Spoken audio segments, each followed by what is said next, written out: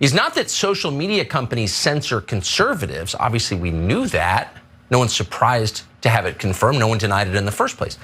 No, what we learned on Friday is that big tech works aggressively and in secret with government agencies to subvert the outcome of what the rest of us assumed were free and fair elections. During the 2020 election, Twitter did this with the help of the FBI, committing censorship on behalf of one candidate while working to hurt the other candidate. It is hard to imagine a more brazen attack on our democracy than this. We know that this happened. It's not a conspiracy theory, it's a fact. But you wouldn't know it happened if you got your news from legacy media outlets in the US. In the days since Taibbi's jaw-dropping scoops, none of them have followed up on the story. Instead, they've dismissed the story as entirely normal. Of course, the FBI was working secretly with Twitter and the Biden campaign to control your brain by limiting your access to factual information. That's how elections work.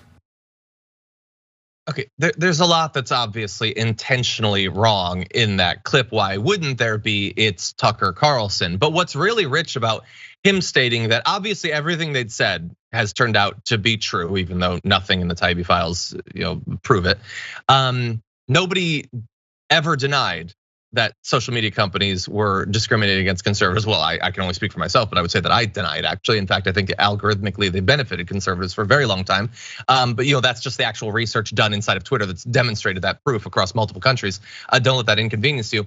But that he himself has already played host to a journalist, a right-wing journalist, obsessed with Hunter Biden and the Hunter Biden laptop. And she herself already said on his program, it's not the smoking gun we wanted. But that's just inconvenient to admit that what Elon Musk gave to Matt Taibbi doesn't prove every conspiracy theory that they ever wanted about Twitter. And so Tucker Carlson has just dispensed with it. It's inconvenient to actually dive into what was revealed and what was not revealed. So I'm just gonna make it up. And I'm gonna add in the FBI somehow, which I don't even remember that coming up during the Taibbi stuff.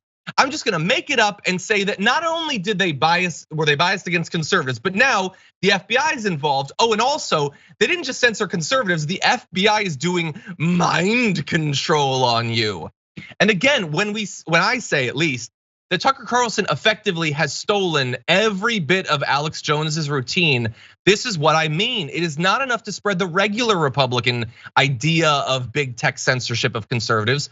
You have to lump in a government agency that wasn't involved in any of this and imply that there's some sort of sci-fi mission behind it all. But anyway, Elise, we haven't yet spoken at all about what was revealed in the Twitter expose or Tucker Carlson. What do you think about all this? I think that Fox News and the GOP are damn smart, and they are trying to make this whole systemic racism, systemic problems. They're not real, but at the same time, are on the other side are the FBI has this giant plan to I don't even know what they're claiming, but control your brain, I guess. Control our brain.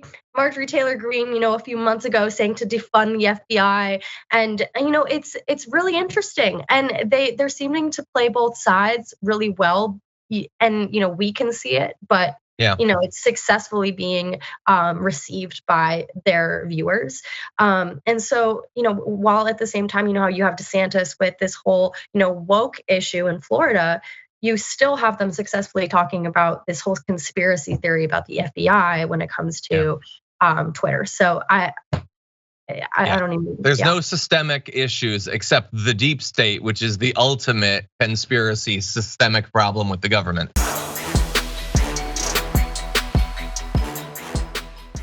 Check out the Damage Report podcast each day, wherever you get your podcasts, whether Pocket Casts or Stitcher or iTunes.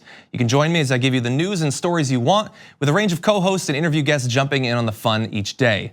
Again, that's the Damage Report, wherever you get your podcasts. And if you get them at iTunes, don't forget to rate and review. Sometimes I'll read them live on the show.